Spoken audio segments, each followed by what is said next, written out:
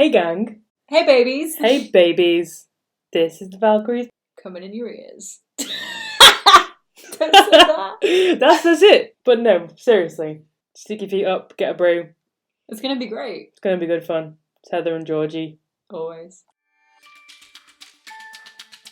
Sunday the 2nd of February saw London's, I think it's Leicester Square, get turned into a right old lovely red carpet for all the stars and all their partners and families and all the amazing people involved in film and television, even though it's just the film awards for the BAFTAs, but it also includes television. But this was just the films. Yes. Television's there in the background. We're going to have a super quick roundup. Solid 15 minutes and no more. You tell me when to start the timer and I'm on it. Okay. So let's start that timer now. It's on. Oh, it's on. It's on. Okay. So we're going to give you a really quick roundup of the nominees in each category, their winners. We're going to have like a little rundown of things that we have seen and what our thoughts were. And then we're going to, of course, have a little gander, if we have time, at those red carpet looks. Oh. Exactly. The best bit. It's the best part of any award. It is. I don't care what anyone says. It's the red carpet. Yes. So, starting off then, we're going to go from the bottom to the top. And the first category was the EE Rising Star Award. Mm-hmm. So, the nominations for the Rising Star Award were Awkwafina, Caitlin Devitt, Kelvin Harrison Jr., Jack Bowden, and Michael Ward. I don't know any of those people. I know Awkwafina, and I kind of would have loved to have seen her win that. I think she's fantastic. Michael Ward won. Not to sound too much like a Oscar jury member here, but I've not seen some of these films before voting on them. Oh, tropical humor. But no, Michael Ward. He was the winner there, and like I said, I mean, I would have liked to have seen Awkwafina win. I think she's put in some darn good work. Michael Ward's been in stuff like Top Boy and Blue Story in 2019. They're going to be, I mean, Rising Star sort of says it in the name. Yeah. And Top Boy was really quite something. So I think there's like a really, really strong future ahead of Michael Ward and all the nominees in that category. Yeah, I think so. I just got thrown by Kelvin Harrison because I thought you said Calvin Harris, and I was like, okay. What? What's he doing in here? Well, I've missed. Okay, so British short film. Georgie, do you want to take us away with the nominations? I surely will. We've got Azar, Goldfish, Kamali, Learning to Skateboard in a War Zone, if you're a girl, and The Trap. The winner of that was Learning to Skateboard in a War Zone, if you're a girl, which I haven't seen it, but it sounds incredible. That sounds incredibly my bag. Yeah, absolutely. So it's set around a group of young Afghan girls who live in Kabul, and they're learning to read, write, and to skateboard.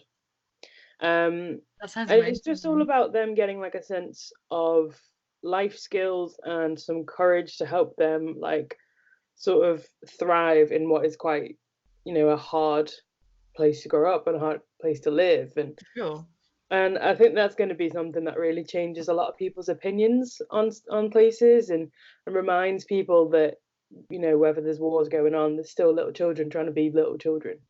Yeah, I think people are in this day and age definitely forced to grow up a lot more quickly, but I think it's important that you've still got narratives that show how kids are reclaiming what it is to be a kid and enjoy their childhood no matter where they are. I think it sounds all, I mean, I've written it down, so I'm definitely going to go and check it out. It sounds really good.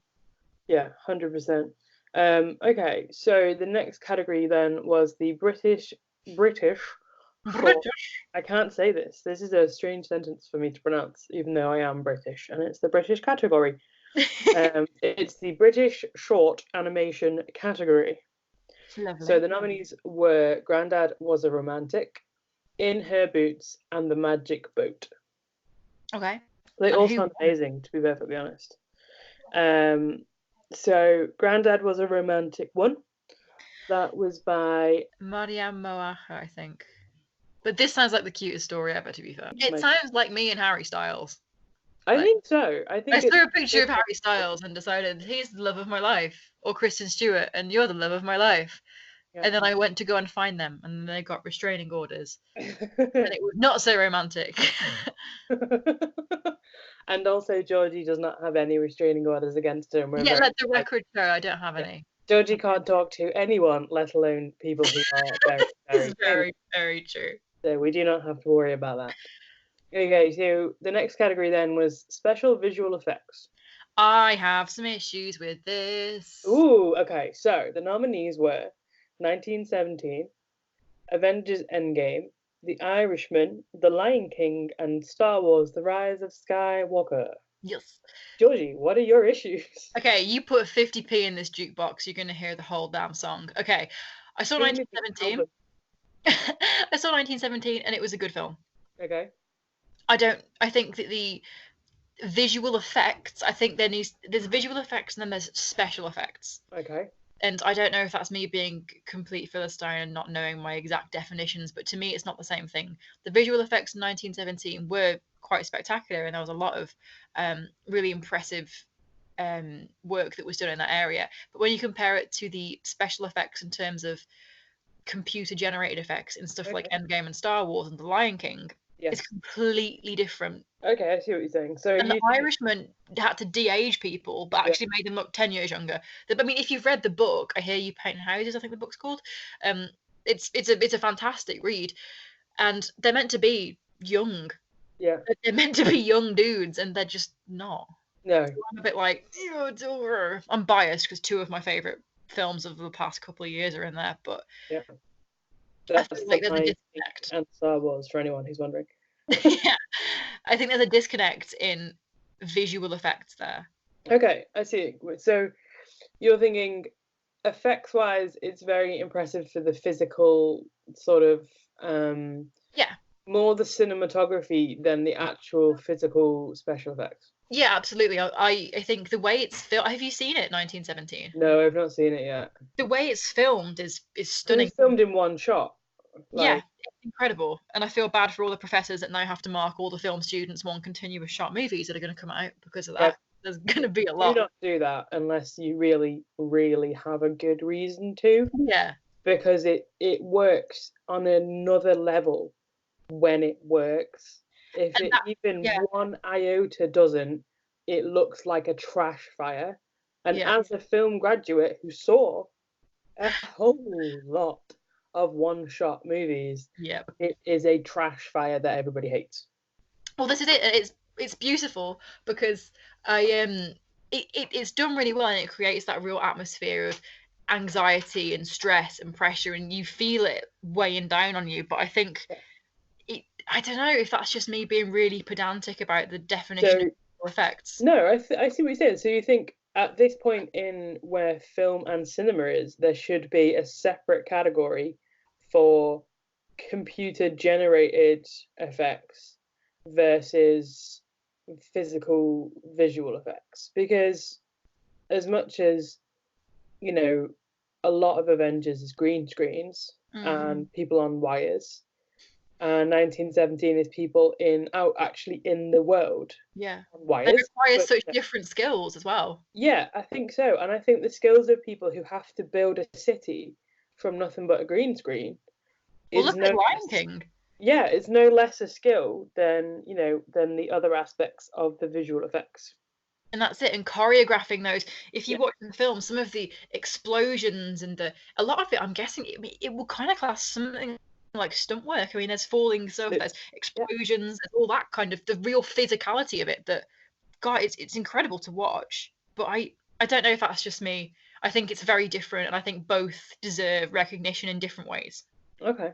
Personally. Okay, I think we'll come around to this again. I think when we get to a later category. Yeah. Okay, so next up was sound.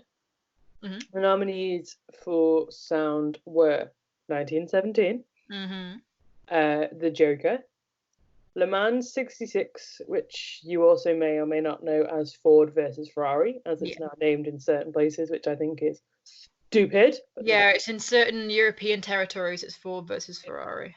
Rocket Man and Star Wars: The Rise of Skywalker.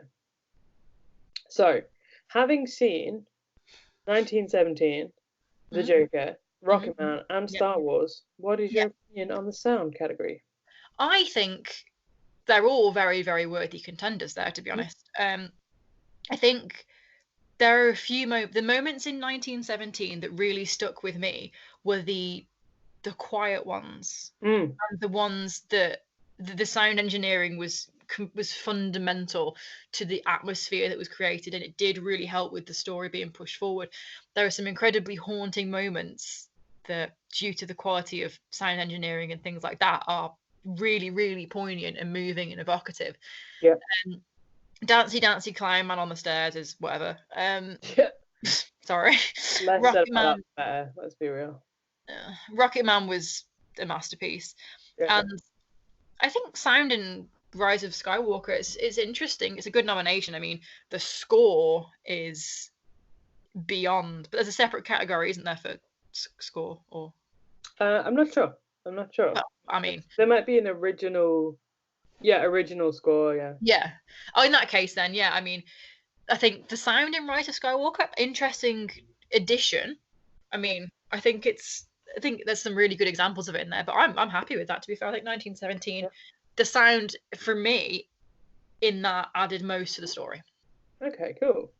Yeah. Up next is makeup and hair. Do you want to take us through the nominations? Yeah, for sure. So we've got 1917. Yeah. Cleaning out over there. Bombshell. Yep. Joker, Judy, and Rocketman. Yeah. Okay. I've just noticed that Rocketman's not in the next category we're talking about, which is... I know, it's absolutely ridiculous, isn't it? I can't... It just honestly boggles my mind, but we'll get to that in a minute. We will, sorry. And the winner of makeup and hair was Bombshell. Yeah, and I gotta say, I think it's a worthy winner. You look at Charlize Theron and Nicole Kidman and that, and you're like, yep, absolutely. Yeah, 100%. I mean, there we go. I had a hair on my nose for ages and I could not find it. Anyway, back to the real news. What I thought was really interesting was how many people were looking at Charlize Theron and being like, it's not her, but it is her, but I can't tell why it's not her. It's a value of the uncanny. It's so subtle in the chin and the nose and the little tiny add-ons that I think makes that that's like a sleeper hit for me, because that deserved the win. It's not huge, it's not the miracle of dyeing your hair green when it's brown to start with. And, it's clown makeup on. What? It's something so subtle, and it is a real artistry in how they've recreated these real people. And Charlize Theron is absolutely the correct person. I mean, the way that woman transforms herself is just incredible. She's like an acting chameleon, and I love her. Yeah. But yeah, I mean, Rocketman, obviously, we're huge fans of Rocketman, and I wouldn't have put it in the makeup and hair category. I'd have put it in the next one, where it doesn't even feature. Which I think is, and I'm going to bring an opinion up once you've read out the nominee, which will shock you. So, next category that we're so disgusted by is costume design.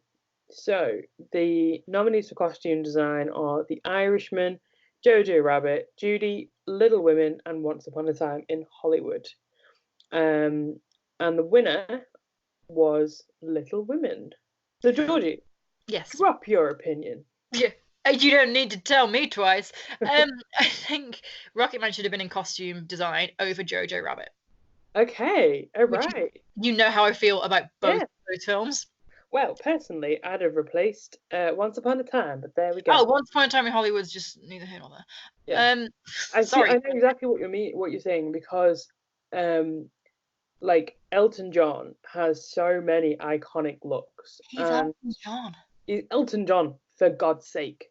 The thing is, Once Upon a Time in Hollywood, it's all about the aesthetic, and I understand why costume design was in there, because I mean, Margot Robbie as Sharon Tate in those really iconic looks, it's all about the aesthetic of the era. So in a way, I get why that's there. But also, it's like you say, it's the aesthetic of the time. So that's just a costume. You should look like that. There's nothing amazing that you're bringing people look like that in the 70s. You're just taking out your grand's wardrobe and dressing them up. My mum's wardrobe, more like. Jojo Rabbit, I have to say, I love Jojo, and I agree with you, but it is, again, just little German clothes. It's military issue gear. And don't get me wrong, I mean, I wanted Elsa's outfit because that was gorgeous. Yeah. But when you it's one of my favourite films I've seen in recent years. Like oh, that's our timer. Oh shit, okay, right. This is going to be a bit longer then because we're not even halfway through. No. So this might be a half an hour. It's the BAFTAs, for God's sake. We have to take our time. And I think, anyway, ignore the timer. I think, whilst it's one of my favourite films that I've seen recently, the costumes are military issue. And the recreation of costumes from that era was great and everything, but if you compare that to the theatre and the stage of what we were given in Rocket Man, I don't know, that's just my 2 pennies worth. Yeah, no, I completely agree. I feel like they're completely different kettles of fish. Just swap that out. Swap Rocket Man into costume design.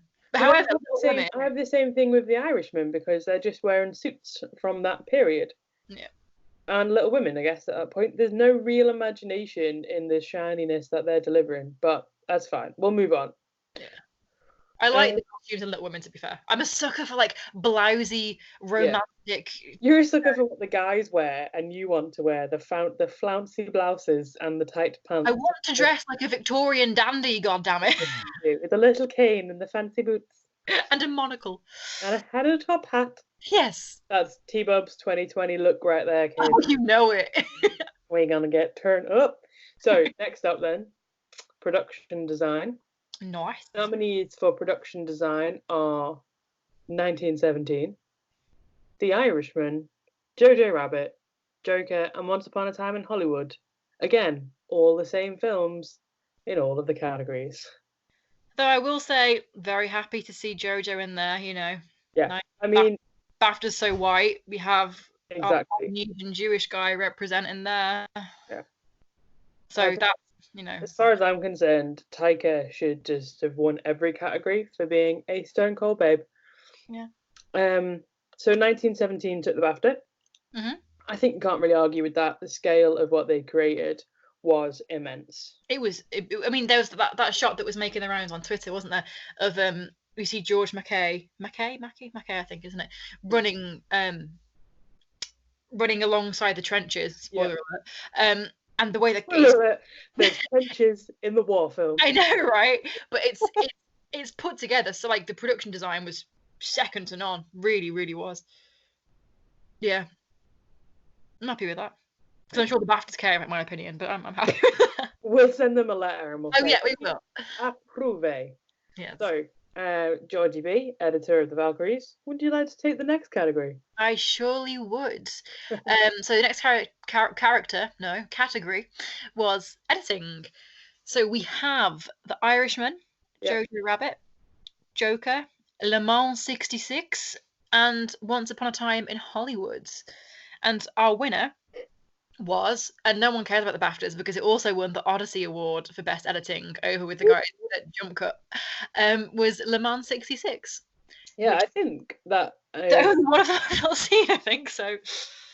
I think that's a bit of another one of them sort of little sleeper hits. I think probably no one was expecting that one to necessarily take the BAFTA against the others, but I'm glad that it did. It made the rounds at the London Film Festival last year. Yeah. And it was huge. Yeah. Everyone who saw it, I unfortunately had a clash with Dogs Don't Wear Pants and Dogs Don't Wear Pants. You love that, right? But it was some of the highest rated and highest regarded of all the films that were there. So I'm glad that it's getting some really good recognition. Yeah, for sure. Yeah. Okay. The next category. Yes. Cinematography. So now this was what we were talking about before in reference to 1917 versus Avengers. Yes. So the nominations for the BAFTA for cinematography were 1917, The Irishman, The Irishman,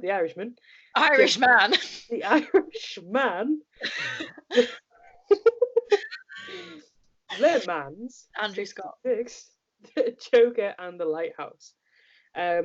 This is a really mixed bag. Very. I've not seen The Lighthouse yet, and I desperately want to, especially after that Facebook messages. So I watched The Lighthouse on Friday night because I know how to have a good time. So I'd had a really hard week at work and decided to kick back with a beer and The Lighthouse, which was inconceivably depressing, but also amazing. And in my opinion, I'd have given that the BAFTA for cinematography. Oh, really? Yep. You've not seen 1917, have you? And I've seen that and not Lighthouse, so that's going to be interesting to see. Yeah, we'll do another catch up when we've both seen both, and then we can confer. Yes. But I liked it from a somewhat little bit pretentious point of view. It was black and white. It was shot in a square aspect ratio. It was yeah, it was considered, and I liked it. It was something a little bit different. But does something a little bit different get you the rewards at BAFTA? No, because the winner was 1917. We love war films about the white people, say the BAFTAs. Give us the war only if the whites win. I will say, however, the cinematography was stunning in that film. It was incredible. We're not taking away from that. Like, everybody in these categories are, some of the best in their field, and there is an incredible amount of consideration that goes into these, the creation of these films. Maybe not as much that goes into picking the nominees for awards, but that's a whole other separate argument for a whole other video for a whole other time. Yeah. Hopefully we won't get sued by BAFTA, because I do like you guys. Anyway, talking about the Oscars next, mate. Don't worry about it. Oh, we're gonna go hard. Rust me. Next up was casting. Okay, so the casting nominees were Joker, Marriage Story, Once Upon a Time, The Personal History of David Copperfield, and The Two Popes. This is a crime against humanity. So the winner for the casting category was Joker. Now, Joaquin Phoenix was incredible, but there are 3 people in that film. Okay, so now I have a question.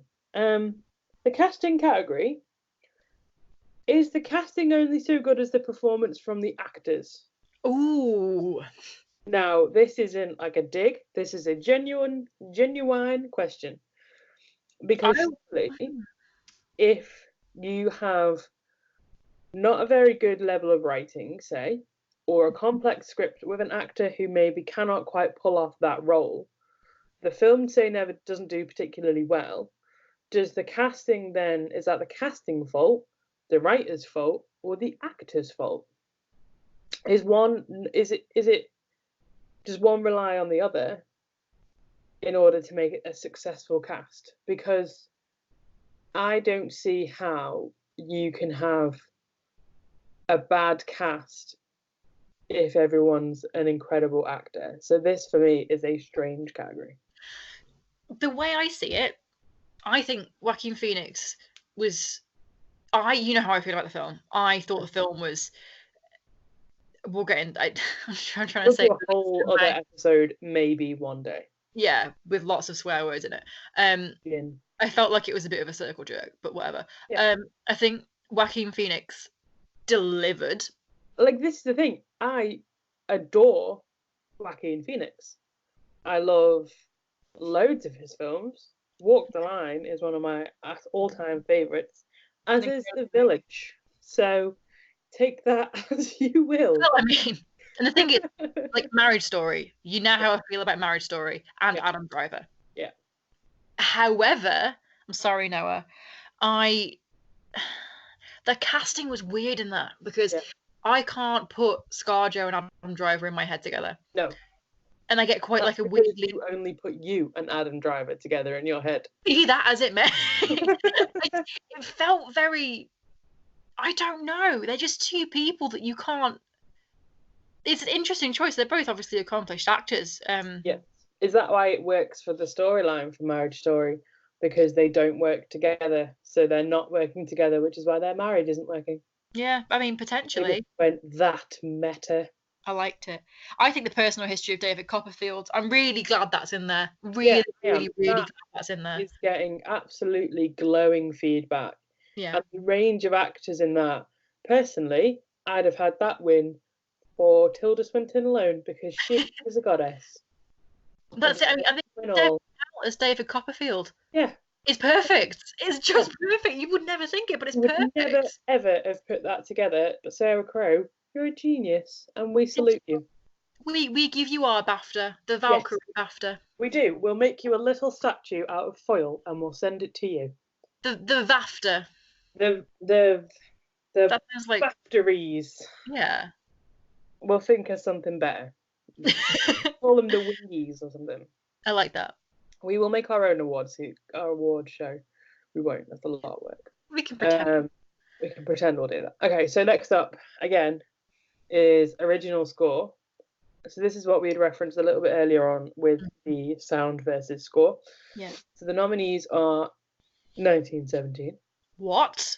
Jojo Rabbit, Joker, Little Women, and Star Wars. Right. What I will say is Jojo Rabbit, I liked the pop songs. The end, the German cover of one of my favourite songs of all time. That was spot on, but it's not original score. I thought that was that's its strong point more than its score. 100%. Definitely. Yeah. Let's just move on from that. That is what it is. Well done, Joker. The end. I think, to be fair, I will admit, Joker, Hilda, waved that flag for females getting some awards here. The score was stunning, very harrowing, very, very full of atmosphere. I think that was a worthy winner, I will admit. Yeah. I think John Williams is a huge musical iceberg to come up against. So anyone winning against him is impressive. Yeah, a woman beating John Williams for score. I'm a little bit like, yeah, that's pretty rad. We like this. We like this sort of thing. It's like when Catherine Bigelow won the Best Picture over Avatar and her ex-husband, and we it was the best. did a big whoop. Yes, we did. So next up, then, we have the supporting actor category. It hurts Your nominees were Tom Hanks, the OG Anthony Hopkins, Al Pacino, Joe Pesci, and Brad Pitt. So the winner was Brad Pitt. The venom in your voice when you said Brad Pitt there. I know, I didn't mean to. Do you know what? I got so distracted because it was in bold, but that's because he won. That I was like, spoiler alert, Brad Pitt won. No, I have no real bad feelings to Brad Pitt. I think he can be a bit of a tit, but he's never had to, sort of answer for anything he's ever done in his life. Hashtag justice for Jennifer Aniston. He's just Brad Pitt is the greatest supporting actor of our time. He's not got the chops to be the lead. He's just got enough gumption to look good, bring a good performance, but he can't carry anything on his old yet broad shoulders. I just saw something that was like, it's a kind of a tragedy because he's leading man material, but all he wants to do is like character acting. Yeah. That's true, actually, isn't it? Like, I just think, just toddle off now, Brad Pitt. Go and live with your money and your kids in an island somewhere, and stop telling everybody that you're single, because it's not funny. It's weird. One thing I will say for Brad Pitt, and it's going to turn into several things, is that Quentin Tarantino joke was one of the best things I've ever seen in my entire life. And he has done a lot in a what would you say, production capacity, not producerial, because that's not a word. That's now the word. Yeah, this is what I mean. I think he's got the guts to go behind the scenes more. I'd love to see something that he directed or wrote or co-wrote or something. I think that'd be really interesting. Like, his production stuff is really giving a voice to underrepresented communities, which I appreciate, because it's coming up to leading actor, it's giving a voice to people, and it's upsetting, but as Mr. Phoenix, I'm sure you've all seen, says, it's up to us to dismantle the systemic racism, and I think Brad Pitt's done that in a production capacity. Yeah. We're not talking about that anymore, sorry. Moving on. Yes. We'll do a Brad Pitt appreciation podcast because Georgie. I love Jennifer Aniston too much. I can't do that to her.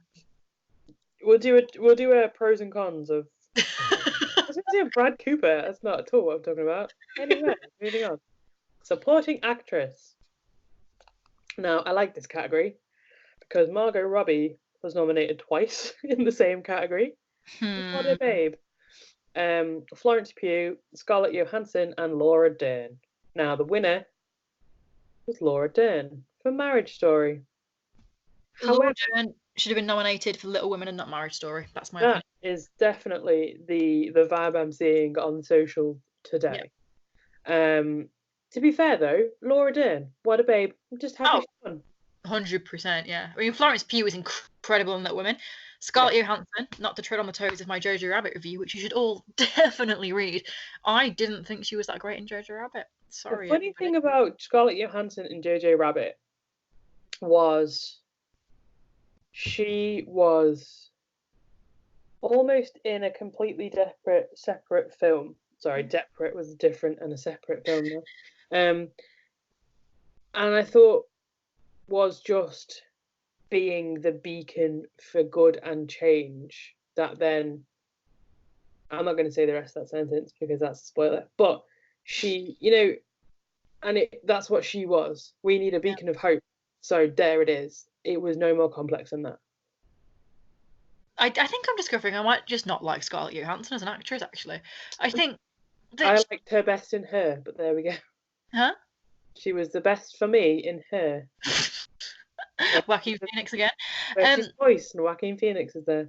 Yeah. Take that. I mean, I'd put Thomasin McKenzie as better supporting actress, but that's just me.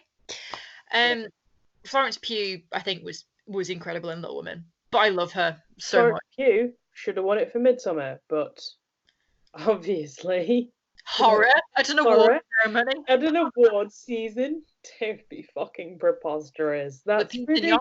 Us? No, okay. Wait, just you wait until the end of the year when we do the horror awards, because we're going to. Yeah, we are. The casket award, and it's happening. I've just decided right now that that's what we're doing. I've written it down. Oh, something you need to know about the Valkyries once it's written down on the big pad in the big pens. It's happening. It's law. Oh, yay. Okay, so leading actor then. Leonardo DiCaprio, Adam Driver, Taron Egerton, Joaquin Phoenix. Beautiful. Thank you. And Jonathan Pryce. Now. No surprise if our winner here is there. We've all seen it everywhere. Yeah. So the winner was Joaquin Phoenix for his role in Joker. Whether or not you think that's deserved, I don't know. But God bless him for doing such a good acceptance speech.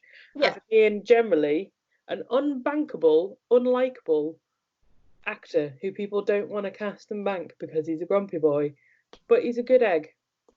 And I think he genuinely does that sort of Norman Reedus thing where he doesn't actually really like being famous. He doesn't really like people, but he just sort of wandered into it. His acceptance speech was great. I still can't shake the. It all needed to be said, but I can't shake the frustration that he is getting celebrated for it when Brie Larson was attacked for it because she said it recently. But I think he was very, very. Yeah, but that's because he's a man. He was fine. I think that was really good, and I'm glad that he used his platform in that way. Something good came out of Dancy Klein Man film. Yeah.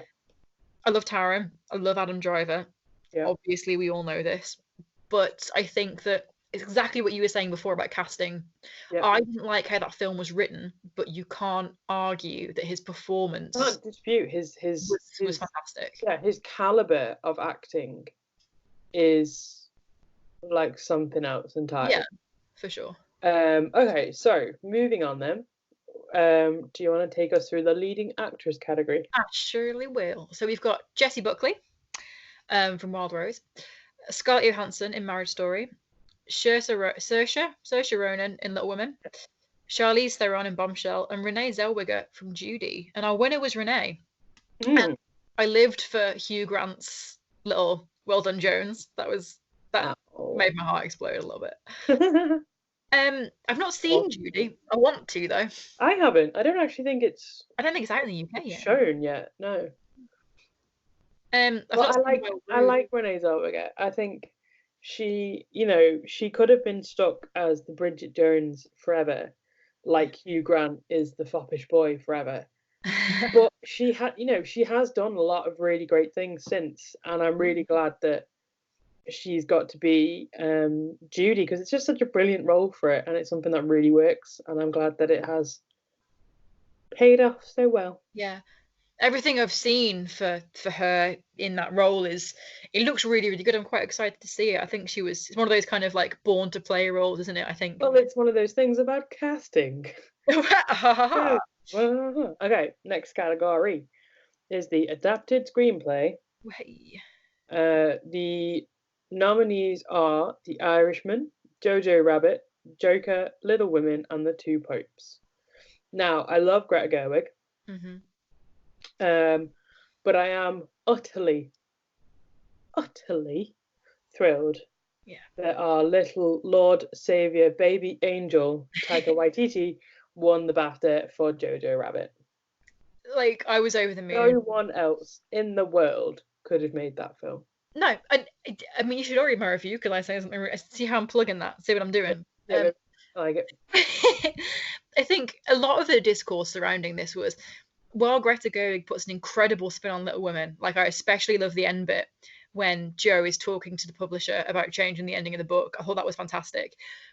You're right. I don't think there was another director around, or who has ever been around, that could have pulled off that film with that self-effacing, self-aware, pointed humour that Taika Waititi does. And I adore Greta Gerwig, and if Jojo wasn't in there, I would be championing her all day. But it was, I think once in a lifetime do people like Taika come along, and I'm glad that it's in our lifetime that we get to experience it. Okay, original screenplay: Booksmart, Knives Out, Marriage Story, Once Upon a Time in Hollywood, and Parasite. I've still not seen Parasite yet. And the winner is, very deservedly, I might add, Parasite. I've still not seen it, and I'm so excited to see it. Amazing. Yeah. That was one of the best films that I saw last year. Yeah. Like, easily. No, I saw it early this year, but it is technically a 2019 film. Yeah. Amazing. And we will meet them again as we move up our categories. Yes, we will. Booksmart I've still not seen either. And I'm glad Knives Out was in there. I'm glad Knives Out and Booksmart were in there, because Knives Out was incredible.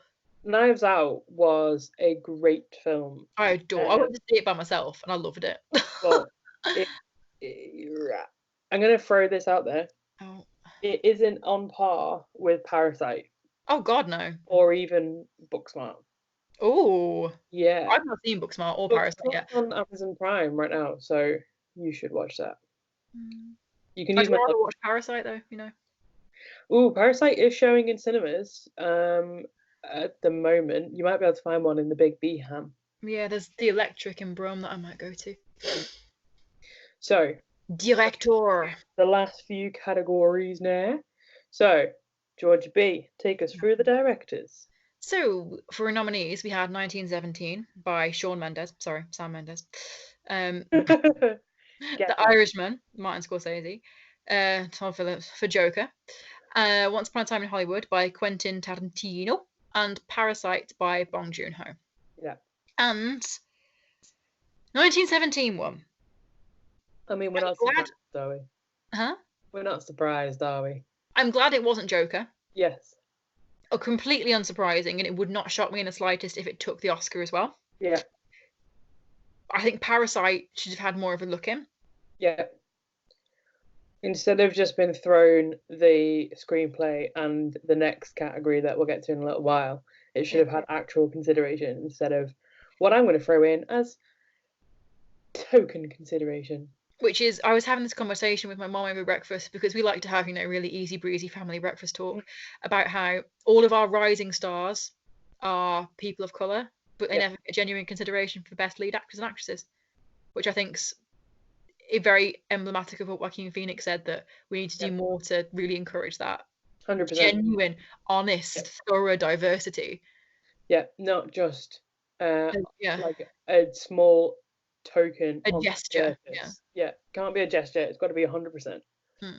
Okay, we could go on on about this. So we're going to move on. Next category is the animated film category. I have seen none of these.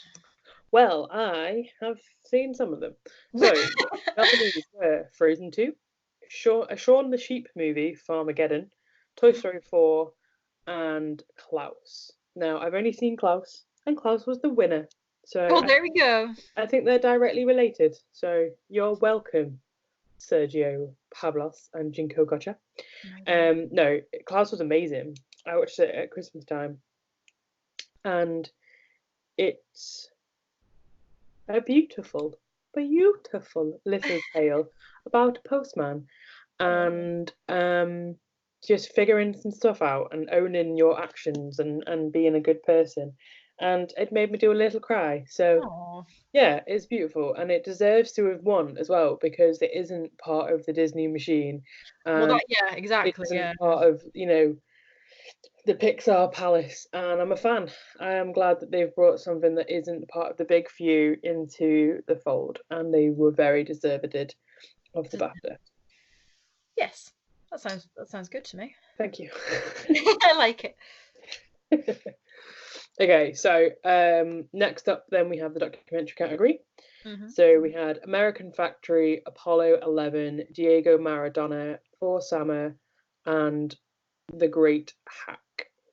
That's like me when I forget my Instagram password and then try and get back into my account. That's the great hack. That's true. She has to get, that black, green writing going. Right. You all know what I'm talking about. So the winner of the documentary category was For Summer, which was met with absolutely resounding applause. Right. So, I mean, the story of it is it's all about war and female experiences thereof in Syria, and I mean, what more perfect a category to have in these times, these turbulent times. Hugely poignant. Like I mean, I think it's exactly. I think that's very fair. Yeah. Okay, so the next category we hate the name of. Why would you word it like is that? the film not in the English language. Why would you? Can these people talk? Like, I don't know why we're going for this. We could have just had it, I don't know, world cinema. We used to Foreign have language films. Foreign language films. Fine also. Non-English films. I don't even know. But anyway. The nominees in the film not in the English language category. Every time you say it, it's like taking a bullet. This is like a little piece of me dies. Was The Farewell, For Summer, Pain and Glory, Parasite, and Portrait of a Lady on Fire. Now, Portrait of a Lady on Fire is one of my most anticipated watches for this year. Yeah, I'm quite looking forward to it for sure. Could not get to see it when I went to the film festival. It was shown a couple of times, but every time clashed with something else I was watching. Oh, however, the winner was our beloved Parasite. Yes. And quite bloody rightly. Parasite is like an experience I have never experienced before. Yeah. It was crazy good. You think it's going to be a horror film. It's not a horror film, but it is horrifying. I also really appreciate the fact that a winner wasn't like a European language based film. Yes. Yeah, it's one of the first. I think he broke history with being nominated or shortlisted for the Oscars. Have they released the Oscar noms? They have, haven't they? Yeah, they have, yeah. He was shortlisted. It was like a record breaker because they've never had anything from Korea before. I think that makes a big difference as well because it is. Yeah. It's not just French or Spanish or Yeah, it's so good because that is really letting, a bit more of that diversity that we were talking about shovel its way in, and which is what we want. Exactly, and that thing you said about once you get over the inch-tall enemy of subtitles, I was just like, yes, applaud that man. Yes. Yeah, also, get over it, just watch it with subtitles on. You're not so busy in your life that you can't sit and put your phone down and read some subtitles. Yep. Because it's 100% worth it. I can literally stand on this soapbox forever. I know. So, outstanding debut by a British producer The nominees in this category were Bait Mark Jenkin for Sama Wad Al Khatib, Maiden, Alex Holmes, Only You, Harry Whitliff, and Retabalo by Alvaro Delgado Aparicio. I don't think I said that very well. Retablo by Alvaro Delgado Aparicio. There we go. DGB can do it better than I can. So the winner of that category was Mark Jenkin. I have not seen any of them, unfortunately. I really want to see For Sama a lot. But I would love to comment more, but alas, I cannot. Moving swiftly on. Outstanding British film. 1917. No, what? Bait for Sama, Rocketman, Sorry We Missed You, and The Two Popes. So what one have? Tell me, I can't guess. It was 1917. What? That's so surprising. I'd have given it to Rocketman because that was outstanding, and that's And it was the title. So British, so British. Yep. Best film then. The nominees were 1917, The Irishman, Joker, Once Upon a Time in Hollywood, and Parasite. And the winner was Georgie B. 1917. No shock there, though, I don't think. I mean, no one's surprised, but there you go. That's it. That's your roundup. That's the whole BAFTAs from top to bottom with some angry ranting thrown in the middle. I think there were a lot of winners that were deserving, and then there were a lot that were overlooked. Yeah, I think so too. I think of all of the films that came out last year and all the things we saw, the same 5 films are in every single category, and you cannot tell me that there was only 5 good films. Exactly. So, bit more diversity within your categories, please, Mr. BAFTA. I'm pleased that Parasite's in so many. I think that it's very formulaic, isn't it, after a point? Speaking of which, formulas are boring. Let's look at pretty clothes and talk about what people wore. Oh yeah, it's time for red carpet roundup. So, I'm having a little look at some pictures right now. So, Graham Norton hosted the film BAFTAs for the first time ever. I love Graham Norton. He can do no wrong for me. I love his show. I love him. Him doing the what's it called? What's the big stupid singing contest Eurovision. called? Yeah, sorry, Eurovision. That was the best thing ever. Eurovision, R.I.P. Can't be in it anymore. Was amazing. Yeah, he's really good. Love that man. He dressed nice. He had a nice green velvet sort of tuxedo jacket on with. I love you, baby. You're colourblind. That's red. What did I say? You said green. Oh shit! You know what? I'm thinking. No, there's a reason. I know that's red. Andrew Scott turned up in a green velvet jacket, and it's all I've been thinking about for like a few days. Him and Saoirse Ronan talking to each other. E-bubs. So, Charlize Theron arrived in a purple crinkly number that reminds me of crepe paper. Yeah, chiffon could have been fitted better around the bodice. Not a fan of the cut. No. Next. Her hair looks good. Her face is beautiful. Not a fan of your frock. Sorry, love. Next up, we have Taika Waititi, who is... He's in a very boring tuxedo. I'm just going to put that out there. But if it ain't broke, don't fix it. I think he, of all people, could have pulled something out of the bag, you know? Just put some trainers on, and that would have been Robert Downey level beautiful. But, all right, Al Pacino. Well, proper trainers, not fucking New Balance or whatever. All right, I wear them, sure. Jessie Buckley wearing what looks to be an IKEA rug on her shoulders. Her hair and makeup was stunning. Her hair and makeup was beautiful, but she looks like she's wearing an ostrich. She does. She's got ostrich shoulders. And then talking of ostrich, Scarlett Johansson has an ostrich on her butt. I can only imagine. Yeah. Nice colour, suits her complexion, hair looks good, not a fan of the dress. I'm not sure I like her hair. I like her makeup, and I mean, she just looks beautiful all the time. She looked better at the Endgame premiere. She looked beautiful there. Yeah. Really, really stunning. Sam Mendes in a suit with his wife, who I think is wearing a jumper with a turtleneck. So bold move, but yeah, it's working. Here's a challenge. Men wear something that isn't a boring tuxedo and inject some colour. I know, yeah, men doesn't have to always be black and white shirt. Just FYI. Renée Zellweger looks an absolute peach. That dress is beautiful. Yeah, she looks really, like perfect. really gorgeous. Little Renée Zellweger Barbie. She looks amazing. She looks stunning. That dress Al Pacino looks like he's just like a homeless man that wandered onto the scene. He does. He looks like that old guy that lives in Spa and just sort of bothers the younguns. Brush your hair, it's the BAFTAs.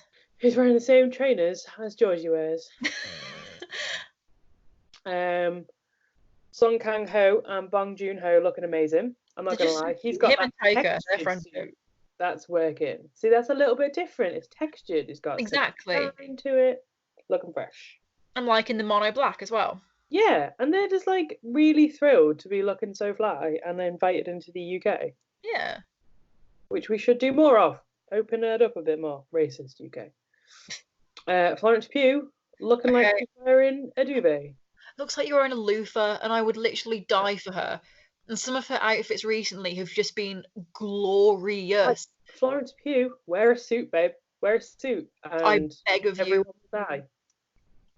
See now, right, we're getting some proper things happening. This is how we dress, Daniel. Jodie Turner-Smith in her glorious yellow and pregnancy glow dress just looks amazing. She's a picture. Like, no one has ever looked so beautiful, so pregnant on a very cold BAFTA night. Like, she's a goddess right there. Yeah. She looks incredible. She also left early because she just wanted to go and eat. I know, I respect that so much. That's a big mood I can 100% appreciate. Daniel Kaluuya looked beautiful. That shirt was... Yeah, there you go, a little bit of colour. It's got a blue shirt on with a little bit of white trim. Looks amazing. That's it, like... Phoenix looks not a bit chunkier. But he looked quite nice. He looks nice because he looks healthy again. And he looks like he's had a wash. And always thrilled.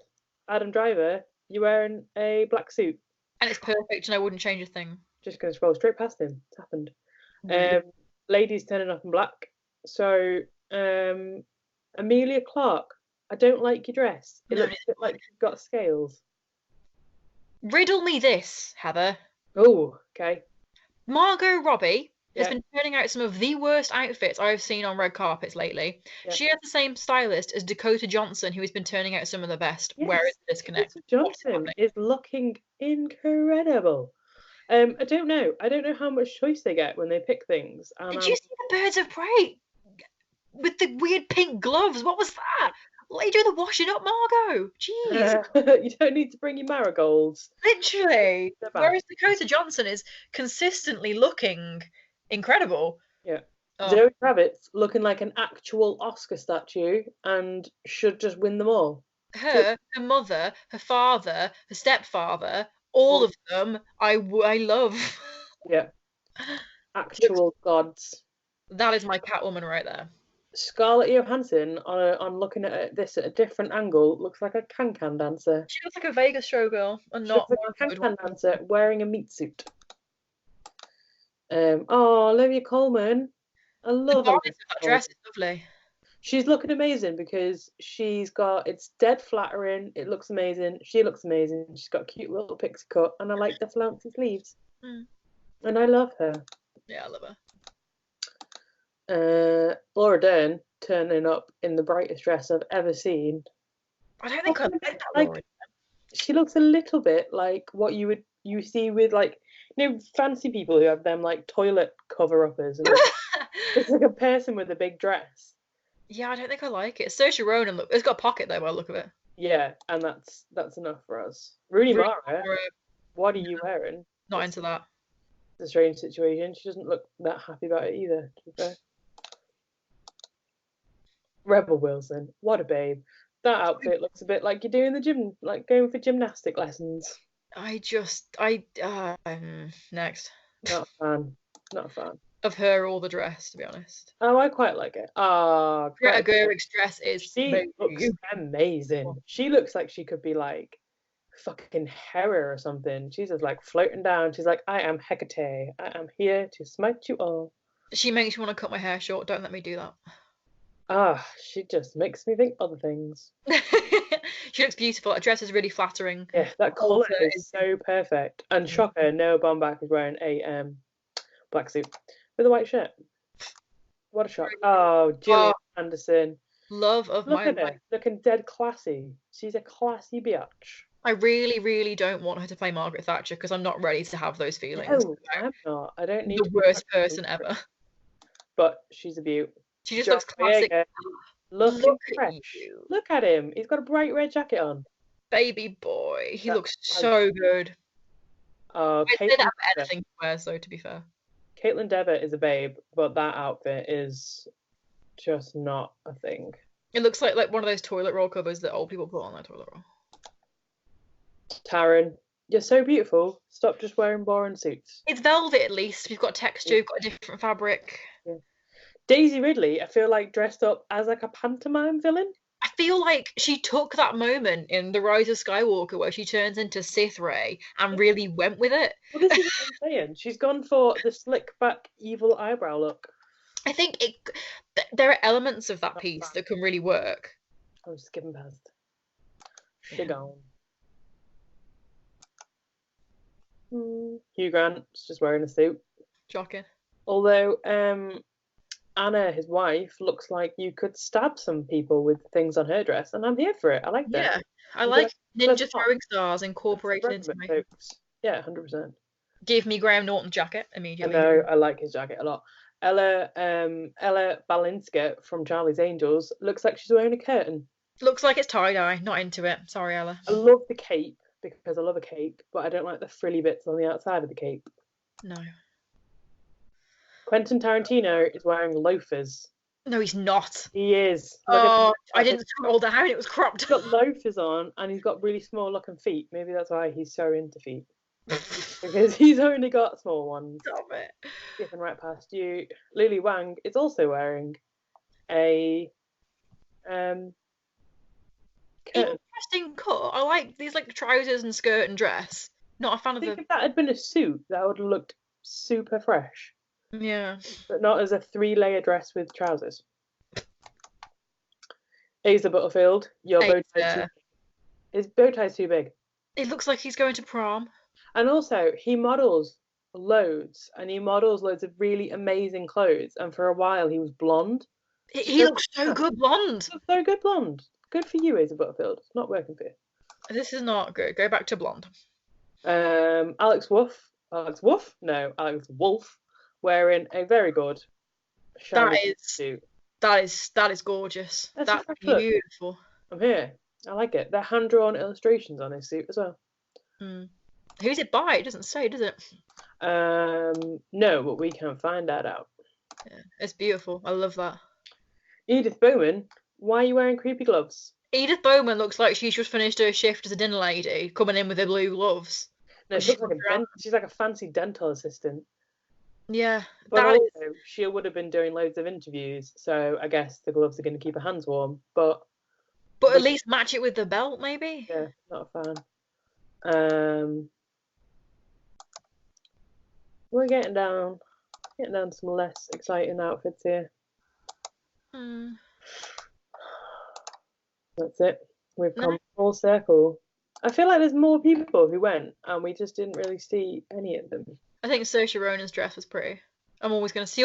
She's been turning out some absolute gorgeous looks, to be fair, though. Yeah. Her dress that she wore at the Golden Globes was stunning. Really beautiful. Yeah, I think really that's sort of it for so many people and so many things going on. Not Zazie that Beetz many. Who? Sorry.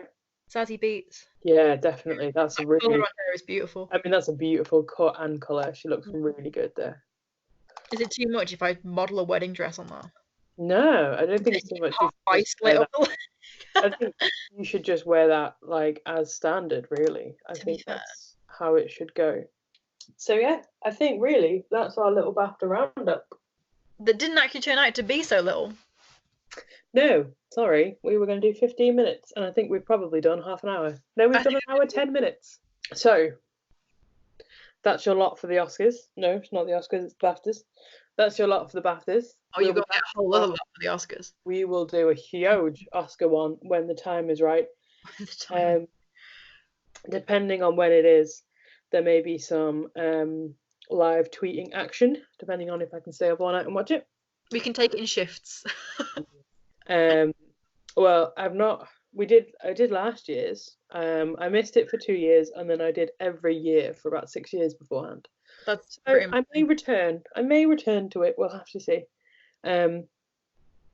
So that's your lot really for the BAFTA roundup. We will be putting this in both podcast and video format. So because we're doing that now with YouTube Sensations. You get 2 ways to listen to our rambles. So it will be up on the podcast as usual shortly. It'll be on all the major platforms: Spotify, Apple Podcasts, Google Podcasts, and all your favorite places to listen.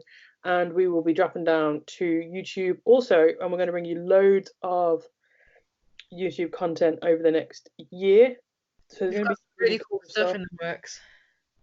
Yeah, we're going to be doing some lives. We're going to be doing some videos. We're going to be doing some more of these podcast types. We're just going to tell you a bunch of stuff, so you know what we're talking about on a podcast. We're going to put some images in, so you can be like, "Oh yeah, that's what they're talking about."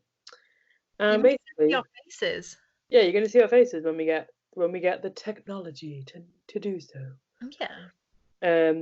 So you're welcome, because obviously we know that you want that more than life itself. So we're going to sign off for now, and we'll be back super soon. And spread the good word. If you like what we're doing, give us a like, give us a follow, subscribe, so our numbers go up and up and up, and then people give us more free stuff, and then we can bring you more crazy, amazing stuff. Amazing. It's almost like it's one big circle of love and happiness. And isn't that what we all hope to achieve? And that's what we is all about. Yeah. Okay, so as always, be good, be safe, have fun. See you later. Bye.